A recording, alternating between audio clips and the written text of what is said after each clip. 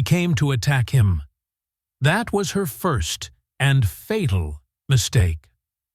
Congresswoman Ilhan Omar sat at the witness table, her posture rigid, her eyes flashing with the certainty of someone who believes they are about to deliver a history-making blow.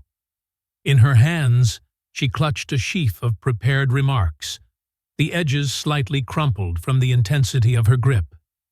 She was ready. She had spent days preparing for this moment with her progressive allies, crafting the perfect sound bites, the perfect accusations, the perfect viral clips that would dominate Twitter and TikTok by evening. She was here to lecture House Speaker Mike Johnson about the dangers of Christian nationalism, about the creeping threat of theocracy, about how his faith was incompatible with modern democracy. The House Ethics Committee hearing room was packed. The air was stale and recycled, vibrating with the low hum of tension that always precedes a political execution. C-SPAN cameras swiveled silently on their robotic arms, red tally lights blinking like unblinking eyes, broadcasting every micro-expression to millions of Americans watching at home. Across the table sat Mike Johnson.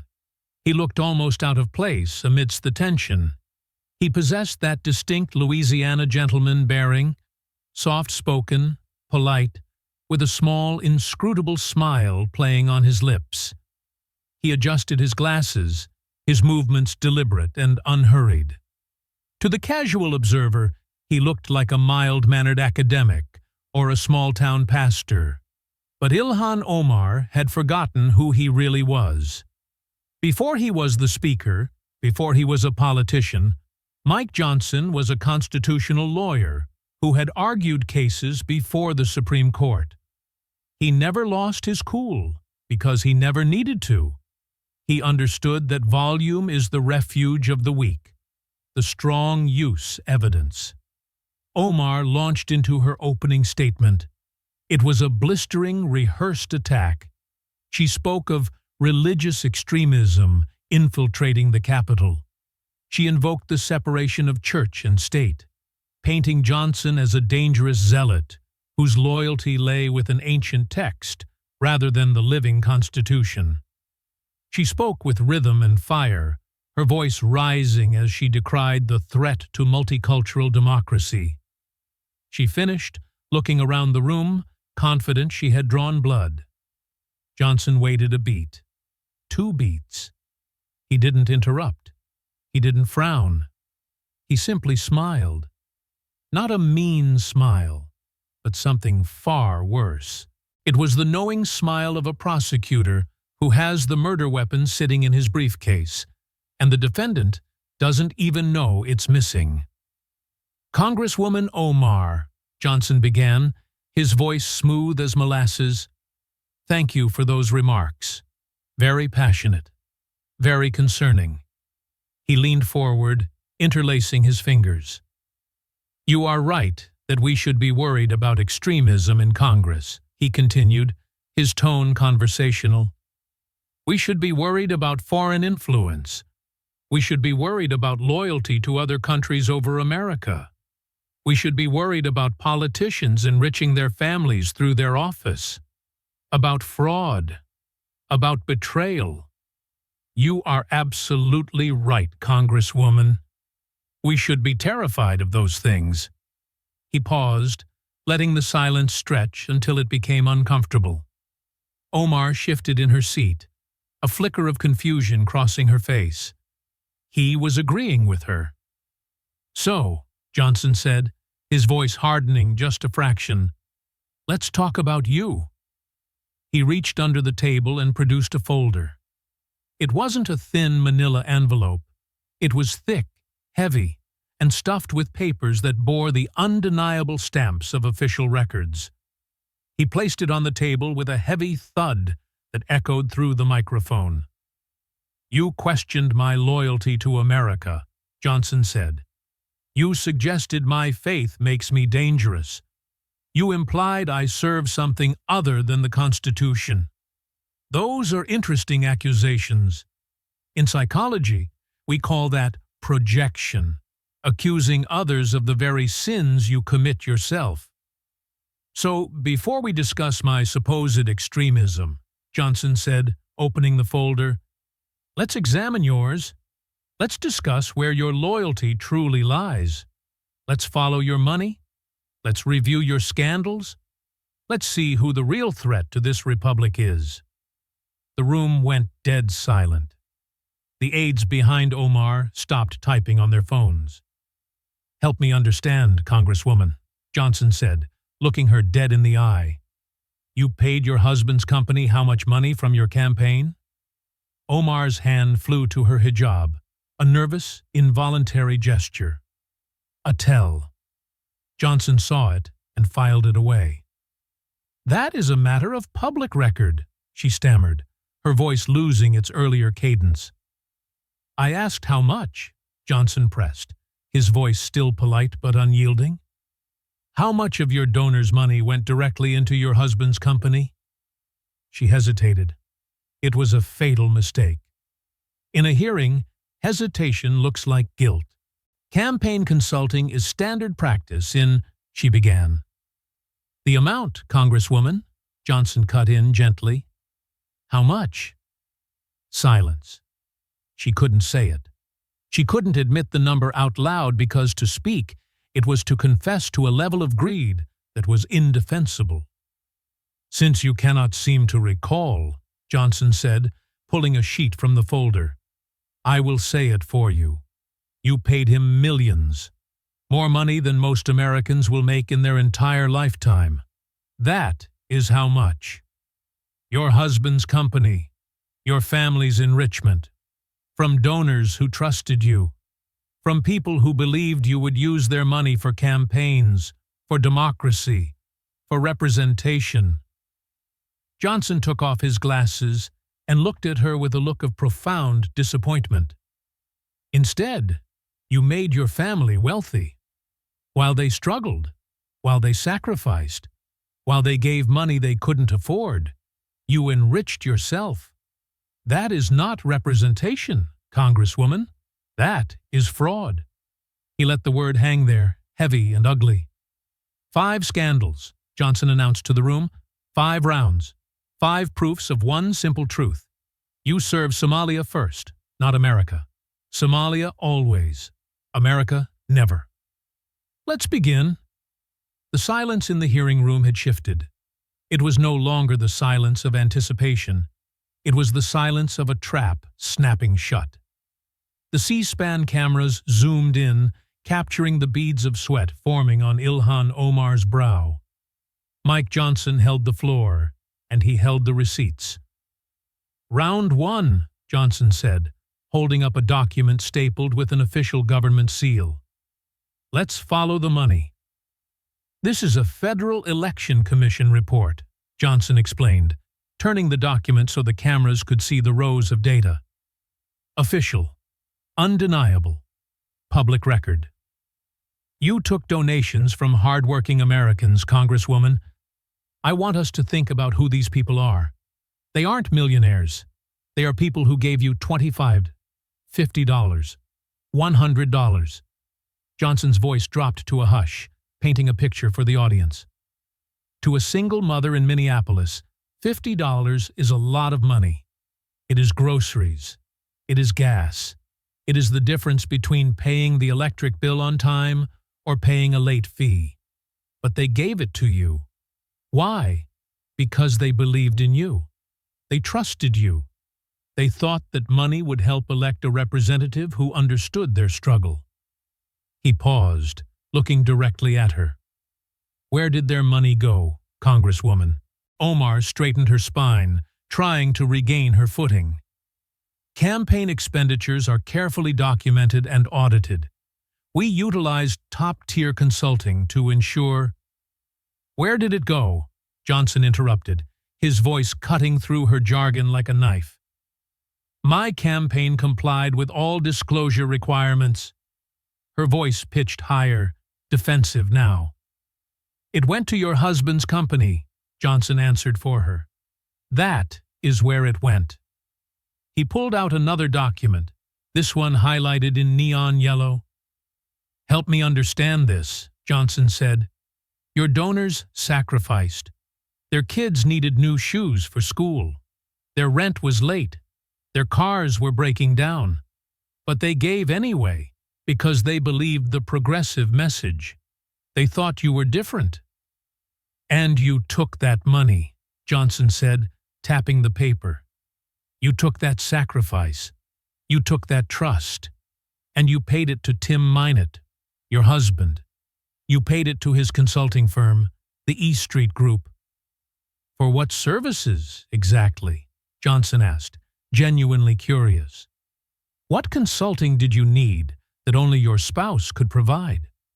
What expertise did he uniquely possess? What results did he deliver that justified paying him nearly $3 million? That is more than your donors will make in 10 lifetimes." Omar's mouth opened, but no words came out. The logic was a vice grip. If she claimed he was the best consultant in the world, it sounded like nepotism. If she claimed it was standard, it sounded like corruption. "Let's talk about your donors," Johnson continued, relentless. "Real people, working families in Minnesota, Somali immigrants who came to America legally, who followed every rule, who believed you represented them. They work 2 jobs, 3 jobs. They drive Ubers in the snow. They clean offices at night. Their bodies break down. Their spirits wear thin. But they fight because they believe America rewards hard work. And when they see you," Johnson said, his voice soft and dangerous, "they think, she understands. She came from nothing. She will fight for us." He leaned over the table. "And you betray them. You take their 25, and you pay millions to your husband.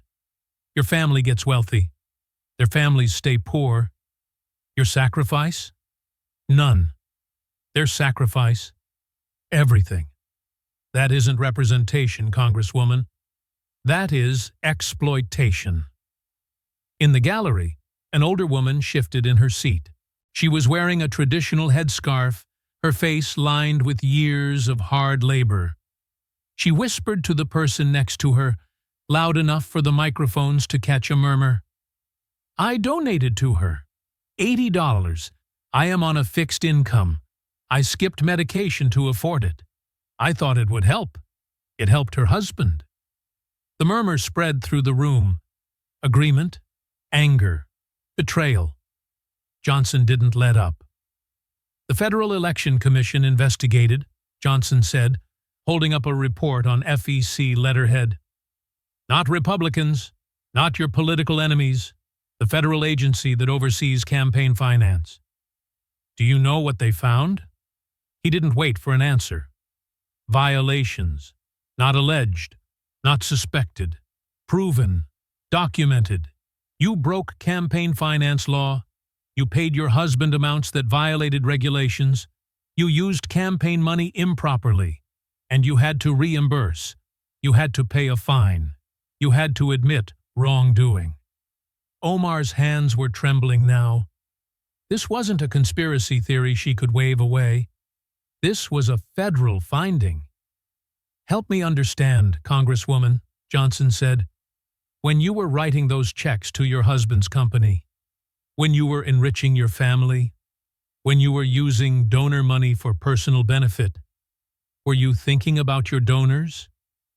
The services provided were essential for," she tried. "Were you thinking about the Somali grandmother who donated $80 she couldn't afford?" Johnson pressed. "Campaign consulting is a competitive.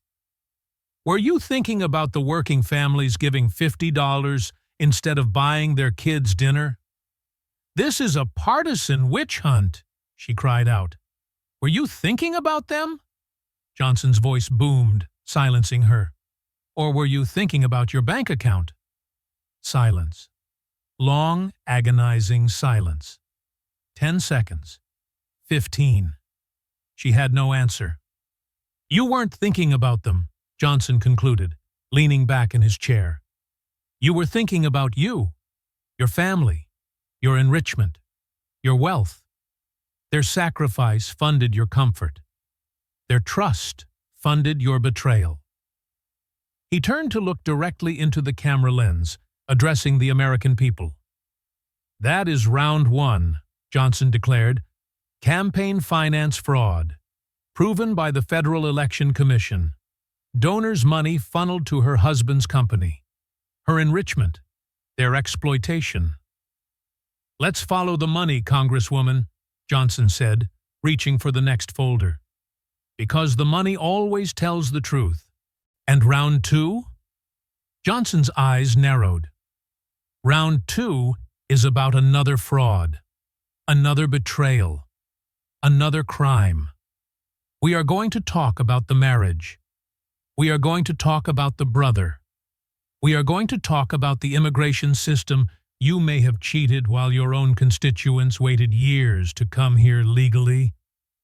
"Share this," Johnson said to the cameras, "because round two is loading." The air in the hearing room had grown stifling. The revelation of the campaign finance violations, the millions funneled to a husband, had stripped away the veneer of righteous indignation Ilhan Omar had worn when she walked in. Now, Mike Johnson reached for the second folder. It wasn't as thick as the financial records, but the documents inside were far more dangerous. "Round two," Johnson announced, his voice devoid of theatricality. "Let's talk about the rules. Let's talk about who has to follow them and who thinks they are above them." He laid out a series of papers on the table: marriage certificates, immigration applications, school enrollment forms. To the untrained eye, they were just bureaucracy. To Johnson, they were a smoking gun. "Congresswoman, let's talk about your marriages," Johnson said. "Help me understand this timeline. You married one person, then you married another person, then you divorced the first person, then you divorced the second person, then you married the second person again." He looked at her over the rim of his glasses. "Confusing, isn't it? Almost deliberately confusing. Like someone trying to cover their tracks." Omar's breathing hitched. This was the accusation she feared most, the ghost that had haunted her career, the whisper campaign she dismissed as racism but never actually disproved. "Evidence suggests," Johnson said, choosing his words with lawyerly precision, "and I am being careful here because I know you like to threaten lawsuits. Evidence suggests you may have married your brother, your actual, biological brother. Not metaphorically, not culturally, biologically. To commit immigration fraud," Johnson concluded, "to get him into the United States illegally." Her face went pale. "That is a disgusting, debunked conspiracy theory rooted in xenophobia." "Is it?" Johnson asked calmly. "You say it is debunked. But who debunked it? Not you. You have never provided the documents that would clear it up. You have never unsealed the divorce records. You have never explained the overlapping addresses." He leaned forward. "And you have never taken the one step that would end this rumor forever. You have never taken a DNA test." "Why would I dignify such trash with a test?" she spat. "Because it would prove you are innocent," Johnson said. "If someone accused me of marrying my sister to cheat the federal government, I wouldn't call them names. I would take a test. I would show the papers. I would clear my name in 5 minutes." "But you don't," Johnson said. "You attack the accusers. You claim victimhood. You hide." He turned to the audience. "Think about that," Johnson said to the cameras. "If she is innocent, why hide the proof? Why leave this hanging over her head for years? Unless the proof proves the accusation." Johnson stood up and walked to the edge of the dais. "But let's talk about the real victims here," he said. The victims aren't you, Congresswoman. The victims are the immigrants who followed the law. He pointed to the back of the room. A Somali man stood up. He was dressed in his Sunday best, a suit that was slightly too large, his hands clutching a hat. "This is Ahmed," Johnson introduced him. Ahmed stood in a line. Ahmed waited in a refugee camp for 8 years. 8 years. Ahmed was separated from his wife, Johnson said. He missed his daughter's first steps. He missed his father's funeral.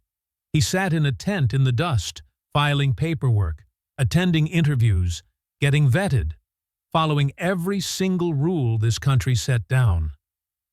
"He suffered," Johnson said, his voice trembling with controlled anger. "He sacrificed because he wanted to be an American the right way." He turned back to Omar. "And you? You maybe cheated," Johnson said. "You maybe cut the line. You maybe committed fraud to bring your family in through the back door while Ahmed waited at the front door." "I suffered 8 years," Ahmed said, his voice heavy with an accent and heavy with pain. "She cheated in months. This is justice? This is fair?" He sat down. The room murmured, a sound of deep, resonant anger. Other immigrants in the room nodded. They knew the cost of the law. They knew the price of the rules. "Help me understand, Congresswoman," Johnson said softly. "If you committed immigration fraud, and the evidence points that way, how are you different from any other criminal? Why do you get to sit in Congress and write the laws that you broke?" "Because you are the elite," Johnson answered himself. "Different rules for you, different system for you." "You demand open borders," Johnson said. "You attack enforcement agencies. You call ICE terrorists. Is that because you care about immigrants? Or is it because you are afraid of what an investigation would find in your own family tree?" She couldn't answer. She wouldn't answer.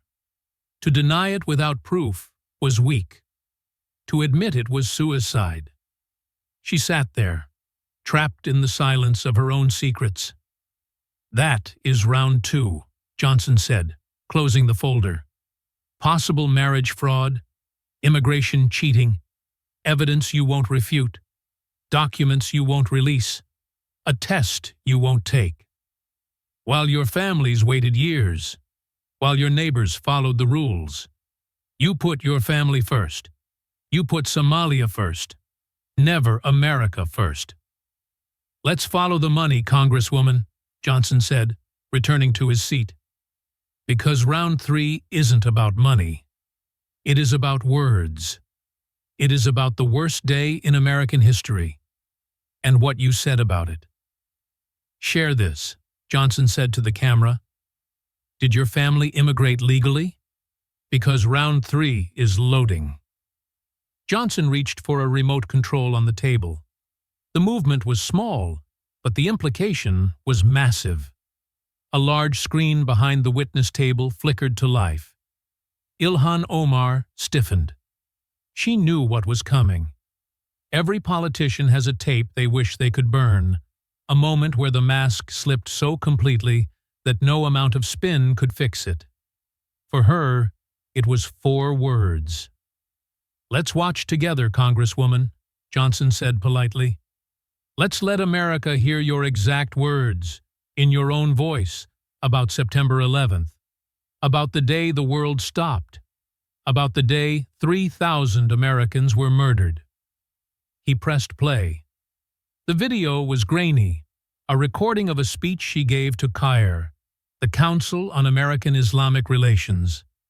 She looked comfortable, speaking to a friendly room. "CAIR was founded after 9/11, Omar's voice echoed through the hearing room, "because they recognized that some people did something, and that all of us were starting to lose access to our civil liberties."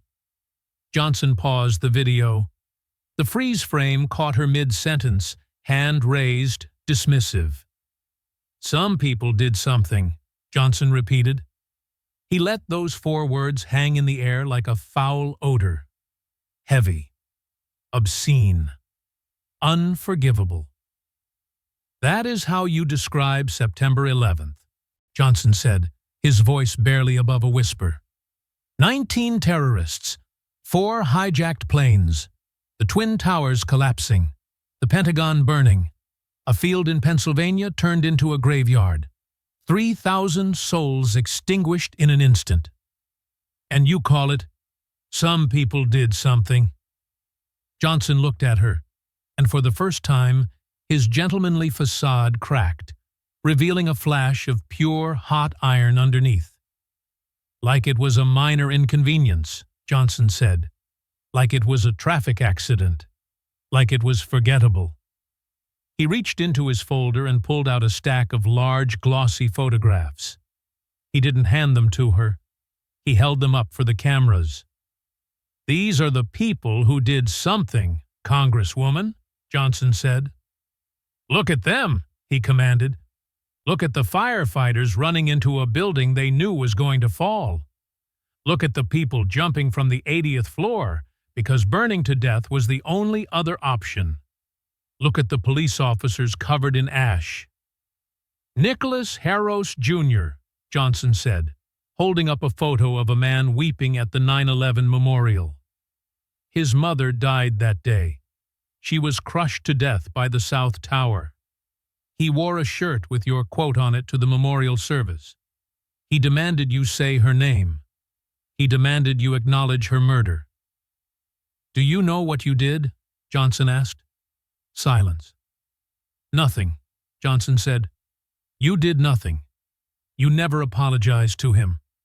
You never acknowledged his mother. You never took back your words. Instead," Johnson said, "you claimed you were the victim. You claimed you were misunderstood. You claimed context." "But the context makes it worse, doesn't it?" Johnson asked. "Because in that speech, you weren't mourning the Americans who died. You were complaining that Muslims were inconvenienced by security measures. You made yourself the victim of the massacre." A woman in the gallery stood up. She was dressed in black, clutching a framed photo of a young man in a firefighter's uniform. She was shaking, sobbing, her grief as fresh as if it were yesterday. "My husband died in Tower 2, she cried out, her voice breaking the stunned silence of the room. "He ran in to save people. He never came out. 23 years I have lived without him. 23 years my children grew up without a father." She pointed a trembling hand at Omar. "My husband's murder is something?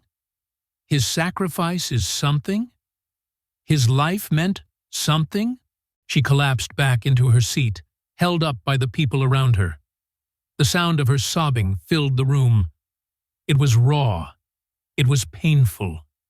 It was real.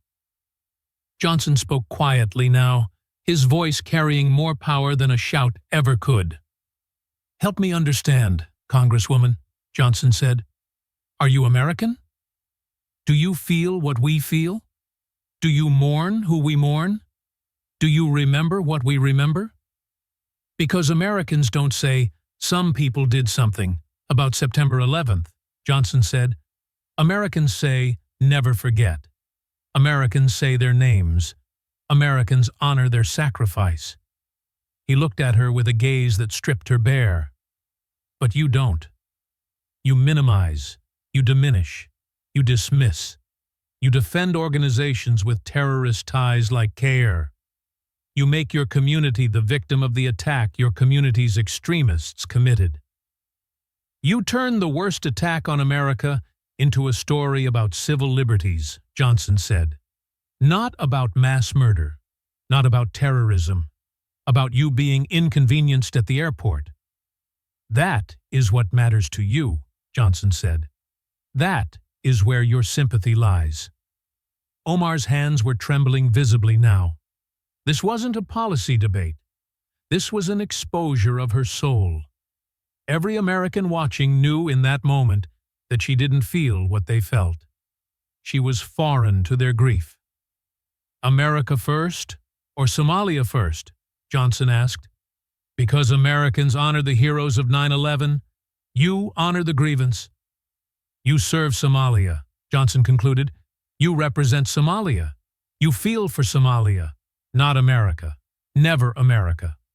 He turned to the camera. "That is round 3. Some people did something. Her words, her betrayal of the families of September 11th. Share this. Do you remember? Because round 4 is about money again. Different money. Bigger fraud. $250 million stolen from hungry children, and her connections to the thieves. Loading. The silence in the hearing room following the 9/11 segment was heavy. The kind of silence that feels physical. The image of the burning towers had faded from the screen, but the emotional aftershock lingered. Ilhan Omar sat frozen, her defenses breached. She had prepared for debates about policy, about tax rates, about health care. She hadn't prepared for a moral audit of her soul. Mike Johnson sat quietly for a moment, letting the weight of the previous round settle. Then he reached for the next folder. This one was the thickest yet. A brick of paper representing federal indictments, FBI affidavits, and court transcripts. "Round 4, Johnson announced, his voice devoid of theatricality, which made it all the more terrifying. "Let's talk about money again. But this time, it isn't donor money. It is tax money. It is money meant for the most vulnerable people in our society." He looked at her with a gaze that was almost pitying. "Congresswoman, let's talk about feeding our future."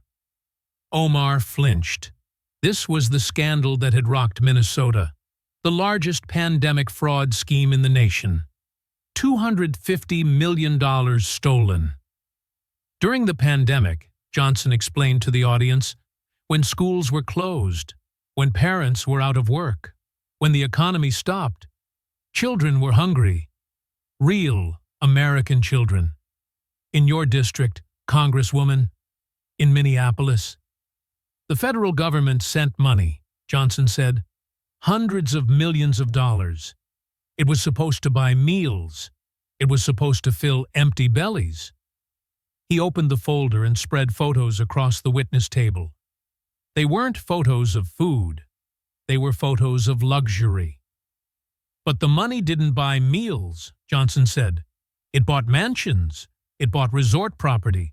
It bought jewelry. It bought Ferraris." $250 million, Johnson repeated.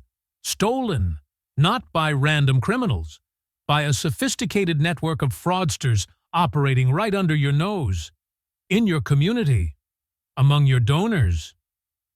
"I had no knowledge of this operation," Omar interjected, her voice tight. "These were independent actors." "Were they?" Johnson asked softly. He pulled out a specific indictment. "Guhad Hashi Saeed," Johnson read. "Indicted. A key player in the scheme." "Who is he, Congresswoman?" She didn't answer. "He was your senior campaign aide," Johnson answered for her. "He ran your ground game. He gathered your votes. He worked for you while he was stealing from hungry children." "And the others?" Johnson continued. "We checked the donor logs. Dozens of the indicted fraudsters donated to your campaign. They maxed out their contributions. They funded your rise to power with money they stole from the mouths of starving kids." "You took their money," Johnson said. "You employed their colleagues.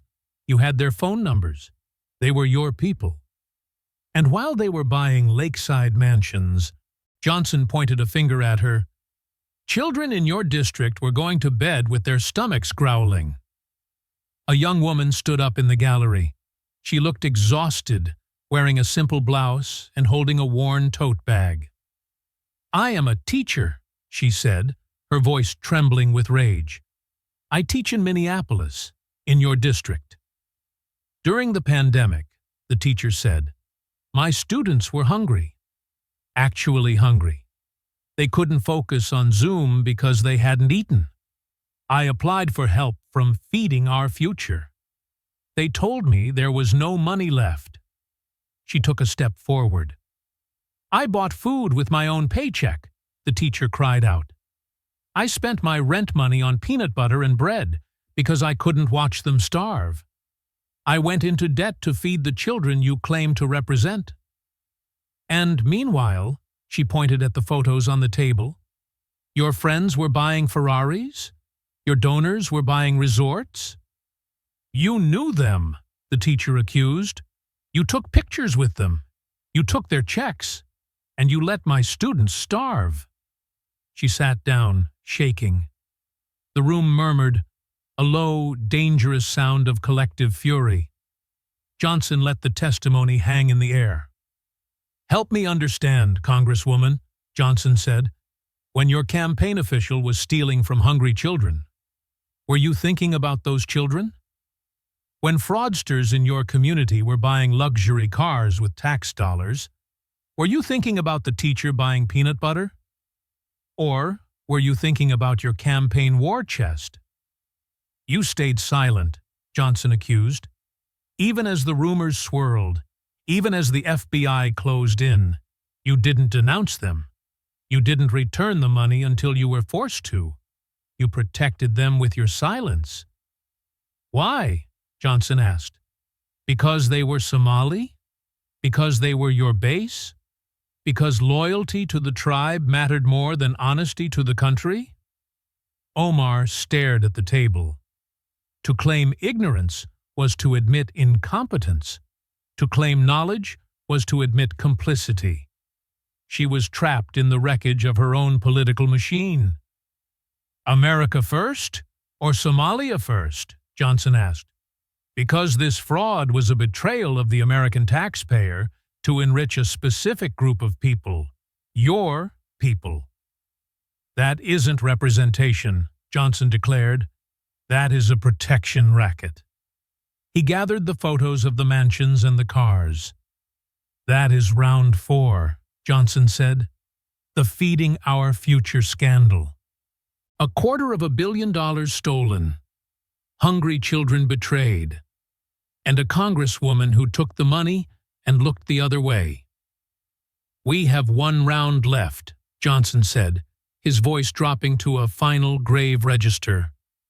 And this one answers the question once and for all. We have seen the fraud. We have seen the betrayal. Now, let's hear you say it in your own words. Round 5. The loyalty test. Mike Johnson reached for the remote control again. The screen behind him, which had just displayed the obscenity of stolen wealth, went black for a moment. When it flickered back to life, it showed a video clip that looked different. It wasn't a polished campaign ad. It was grainy, shot on a cell phone in a crowded room. The audio began. Ilhan Omar was speaking, but not in English. She was speaking Somali. She looked passionate, authoritative, speaking to a room full of Somali Americans in Minneapolis. She thought she was speaking in code. She thought the language barrier would protect her from scrutiny. She was wrong. Before I play this, Johnson said, pausing the video on a freeze frame of her face, let me ask you a direct question, Congresswoman. America first or Somalia first? Where does your loyalty lie? Who do you serve? Omar straightened, trying to summon the last of her defiance.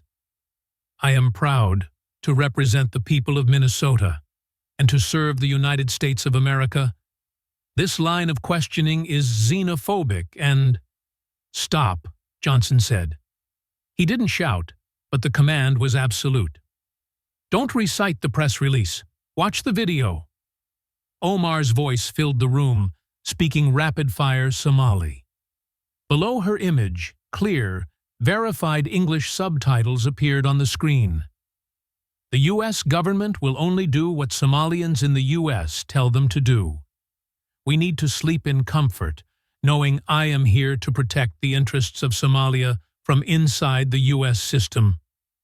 The room gasped. "The Somali government is our government," the subtitles read. "It belongs to us. We need to lobby for it and protect its interests. Together, we will protect the interests of Somalia." "Our government," Johnson repeated. He looked at her with the intensity of a laser. "You weren't talking about the U.S. government, Congresswoman. You were talking about the Somali government.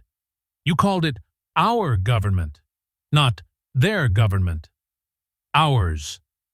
"Who is ours?" Johnson asked. "Because you are a sitting member of the United States Congress. When you say our government, that phrase is reserved for one entity, the United States of America." "But that isn't who you meant, is it?" He played the clip again. "Sleep in comfort, knowing I am here to protect the interests of Somalia." "You admitted it," Johnson said. "You told them the truth because you thought we wouldn't understand. You view your job in Congress not as representing Americans, but as an infiltrator protecting Somalia." "You took an oath," Johnson said. He picked up a pocket constitution from the table. "I do solemnly swear that I will support and defend the Constitution of the United States against all enemies, foreign and domestic, that I will bear true faith and allegiance to the same." He slammed the booklet down. "True faith and allegiance!" Johnson's voice rose, cracking with emotion. "Not to Somalia, not to a foreign power, to America." "But your actions betray that oath," Johnson said, pulling out a final sheet of paper. "Let's look at the votes." "Armenian genocide," Johnson read. "You voted present. Why? Because Turkey didn't want us to recognize it, and Turkey is a key ally of Somalia. You voted for Turkey's interests, not America's moral standing." "Venezuela," Johnson continued. "You voted against sanctions on the Maduro regime. Why? Because the socialist dictatorship aligns with your ideology, and American security is irrelevant to you." "Israel," Johnson said. "You voted to block funding for the Iron Dome, a defensive system. Why? Because Somalia sides with the enemies of Israel. You sided with them against our closest ally." "Every single time," Johnson said, tallying the votes in the air. "America versus foreign interests. You choose foreign. America versus allies. You oppose allies. America versus enemies. You side with enemies." "It isn't an accident," Johnson declared. "It is a pattern. It is a mission statement." A man stood up in the front row. He was old, leaning on a cane, wearing a hat that said, "Vietnam Veteran." His hands were shaking, not from fear, but from age and rage. "I fought for this country," the veteran rasped. "I bled for this flag. I took the same oath you took." "But I meant it," the old man said, his voice gaining strength. "I kept it. I served America. Always America." He pointed a trembling finger at her. "And you?" he asked. "You take that oath while serving Somalia? You represent us while calling a foreign government ours? You collect an American paycheck while working against American interests?" "That isn't representation," the veteran spat. "That is treason." He sat down, exhausted by the outburst. The room erupted. People were standing, shouting, crying. The sense of betrayal was visceral. They were witnessing a foreign agent operating openly in the halls of power. Johnson let the chaos reign for a moment, then cut through it with his voice. "Help me understand, Congresswoman," Johnson said. "Final question. Last chance. Where is your loyalty? Who do you serve? I am giving you the opportunity right now to look into that camera and renounce your statement. Say that the Somali government is not your government. Say that you serve only America." She opened her mouth. Her eyes darted around the room, but she couldn't do it. The video was her voice. The votes were her record. To deny it was to lie. To admit it was to resign. She sat in silence. "Your silence answers," Johnson said. "Your votes answer. Your words answer." "Somalia first," Johnson concluded. "Always Somalia first. Never America first." He began to gather the folders. The campaign finance fraud, the marriage certificates, the 9/11 dismissal, the stolen child lunch money, the Somali speech. "5 rounds," Johnson said. 5 proofs. 1 truth. "You are not a representative of Minnesota," Johnson said, looking at her with finality. "You are a foreign agent in the American Congress. And you have been exposed." He turned to the cameras. "That is the truth, America. She serves Somalia, not you. Somalia always. America never. She must be removed."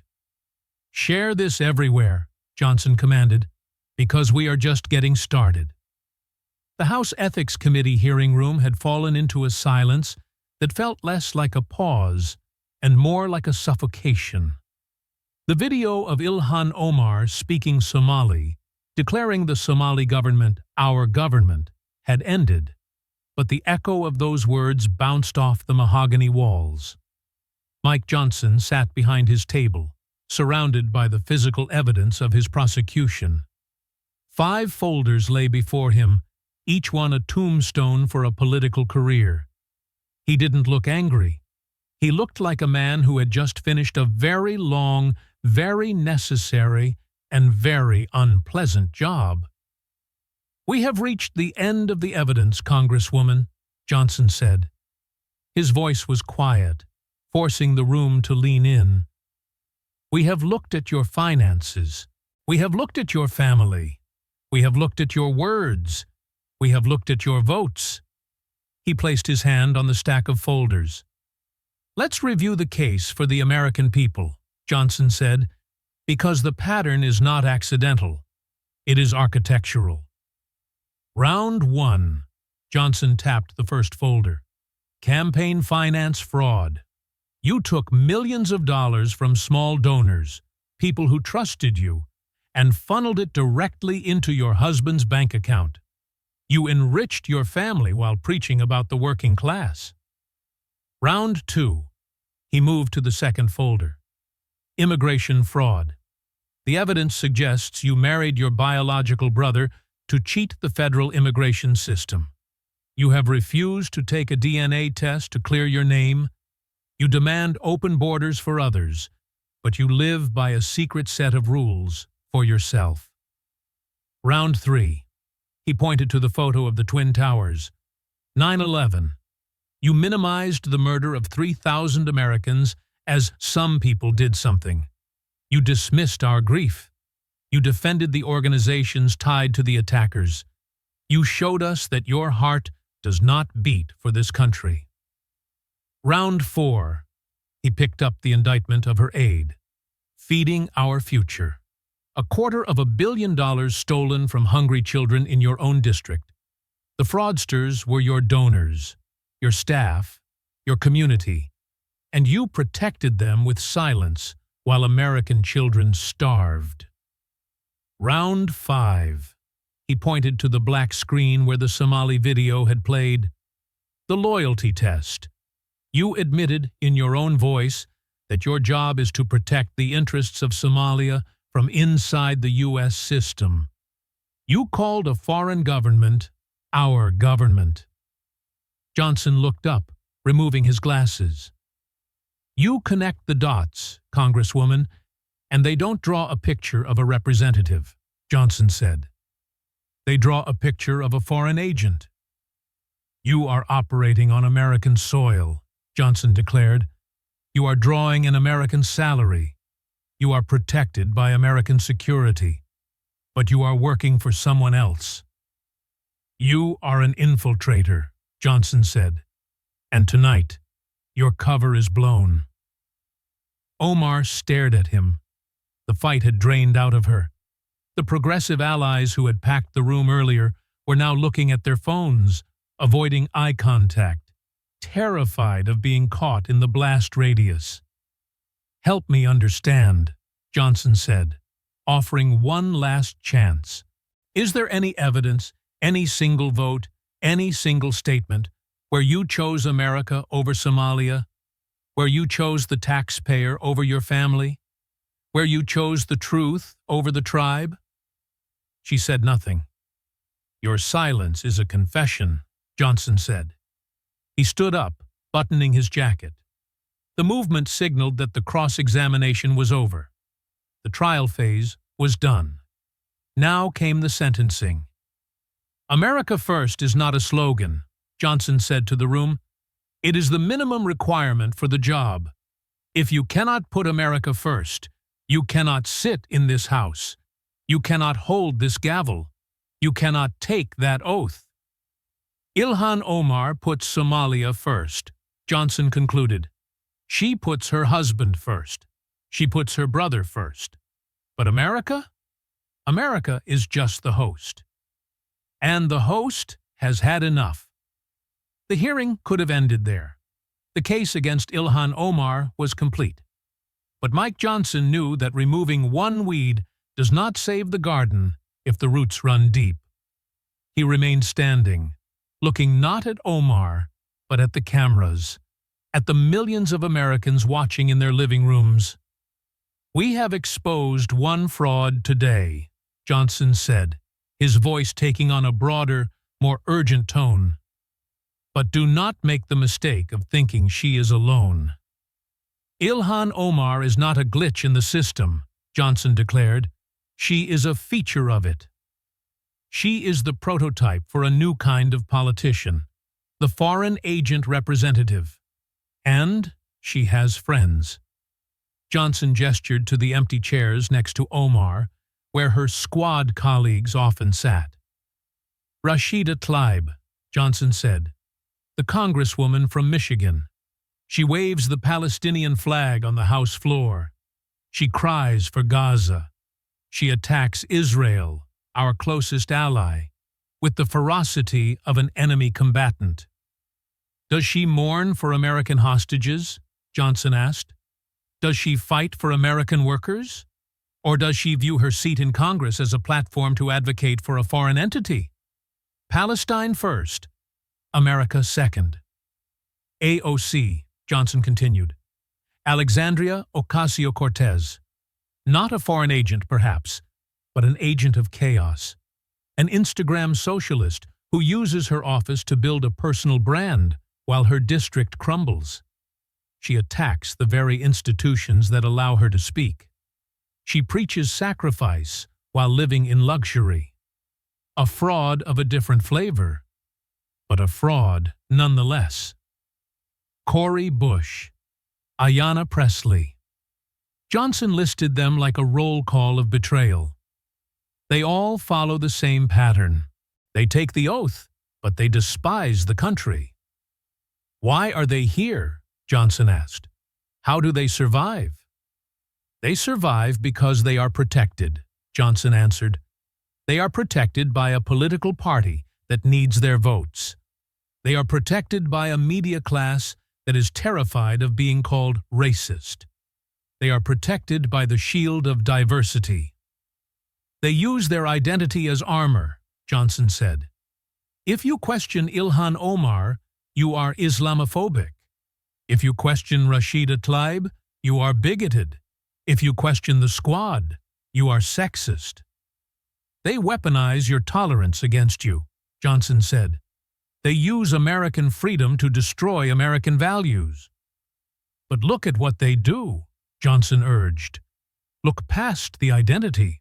Look at the actions. They vote against our military. They vote against our borders. They vote against our allies. They vote against our history. They are not here to represent you," Johnson said. "They are here to replace you. They are here to dismantle the republic from the inside," Johnson said, his voice dropping to a whisper that carried more weight than a scream. "They are subversives, and for too long we have been too polite to say it. We have been afraid, Johnson admitted. Afraid of the names they will call us. Afraid of the mob. Afraid of the media. But fear ends today, Johnson declared. We have seen the evidence, he said, pointing to the stack of folders on the table. We have seen the money trails. We have seen the foreign loyalties. We have seen the contempt for 9/11. We can no longer pretend that this is normal political disagreement, Johnson said. This is not about tax rates. This is not about health care. This is about loyalty. You cannot save a country if your leaders are working for the enemy, Johnson said. The foreign agent problem is real, he continued. It is documented, it is proven, and it is dangerous. Ilhan Omar is the symptom, Johnson said. The disease is a system that values diversity over loyalty and rhetoric over results. She serves Somalia. Tlaib serves Palestine. Who serves you? Who serves America? Johnson looked at the camera with a steel gaze.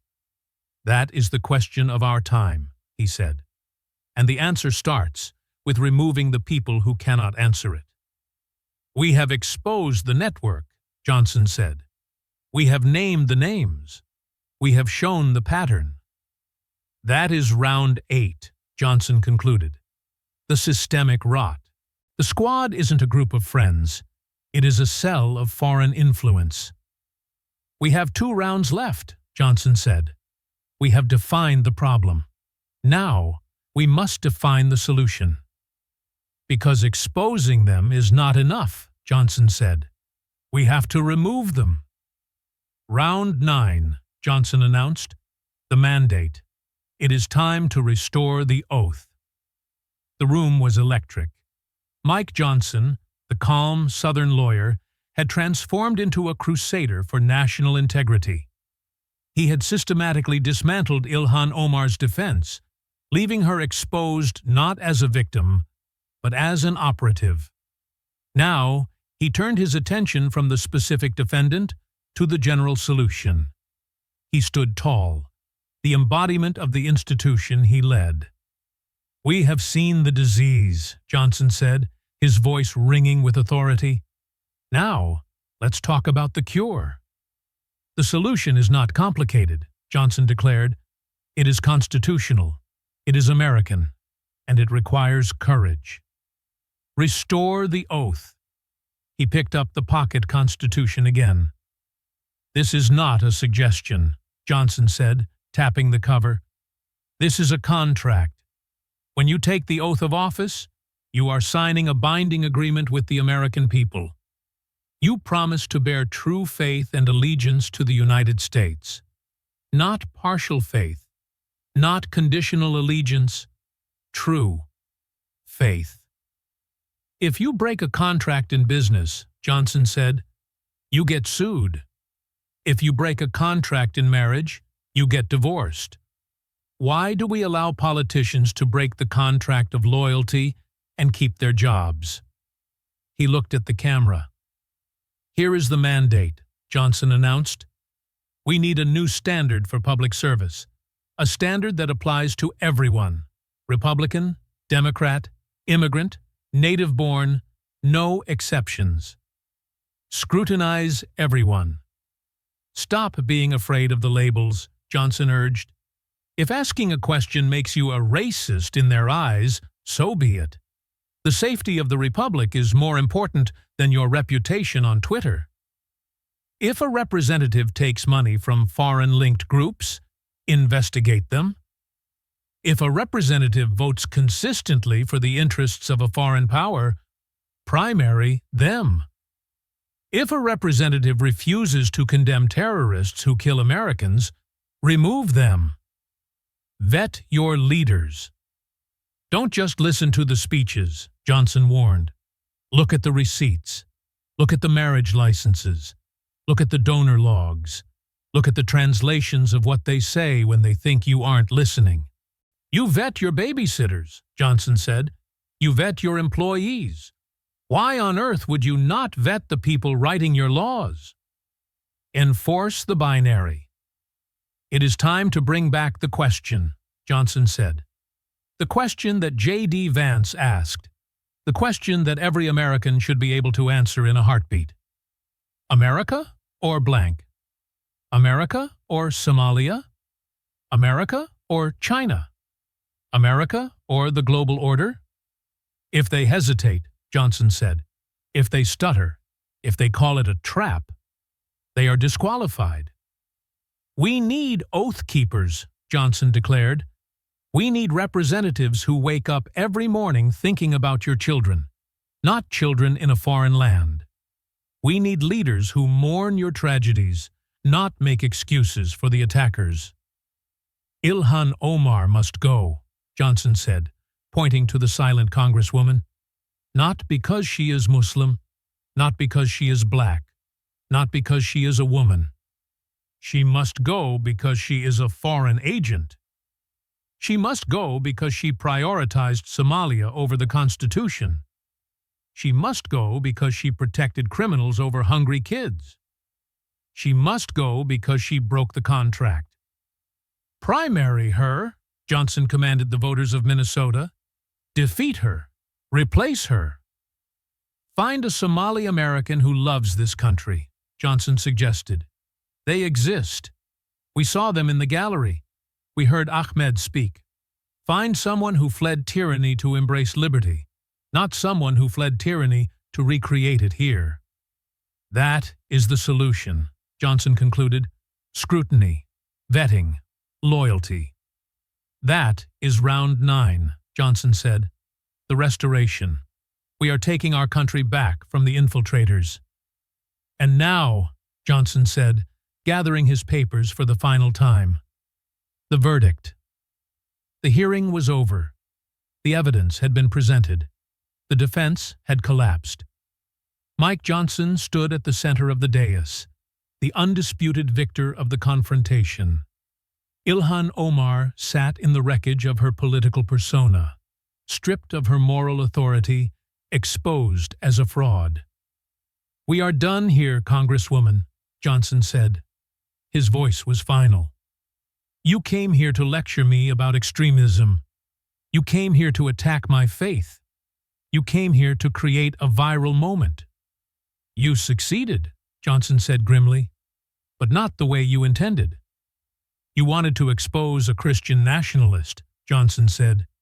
Instead, you exposed a Somalia First Islamist. You wanted to put me on trial, Johnson said. Instead, you convicted yourself. He looked at the camera one last time, addressing the nation directly.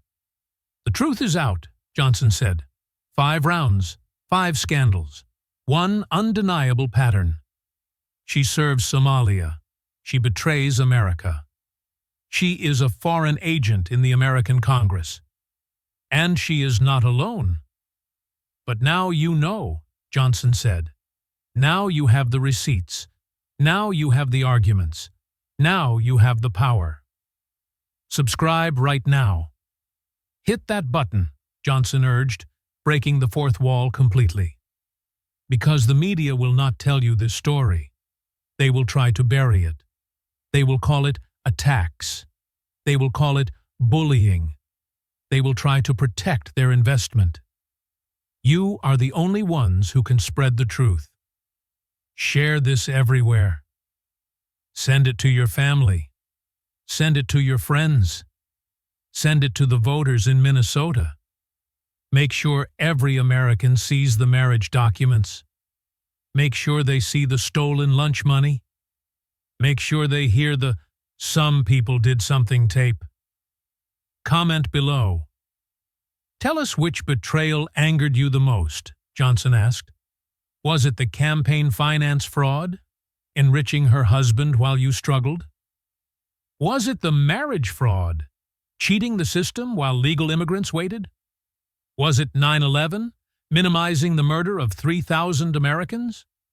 Was it feeding our future, stealing from hungry children to buy Ferraris? Was it Somalia First, pledging loyalty to a foreign government? Tell us, Johnson said. Let the record show your verdict. And tell us who is next, Johnson challenged. Who should we expose next? Rashida Tlaib? AOC? Eric Swalwell? We are watching, Johnson warned. We are investigating. And we are coming for every single person who takes the oath in vain. Ilhan Omar is finished, Johnson declared. Her mask is off. Her career is a zombie, walking but dead. Truth has won today, Johnson said. Evidence has won. America First has won. But the war is not over. We need you in the fight, Johnson said. We need you to demand loyalty. We need you to enforce the oath. Join us, Johnson said, because we are going to take back this House. We are going to take back this government. And we are going to make sure that the only flag that flies in the heart of our representatives is the red, white, and blue. Johnson picked up his gavel. He looked at Omar one last time. America First, Congresswoman. He brought the gavel down. Bang. Always. The screen faded to black, leaving only the echo of the gavel and the undeniable weight of the truth. The end.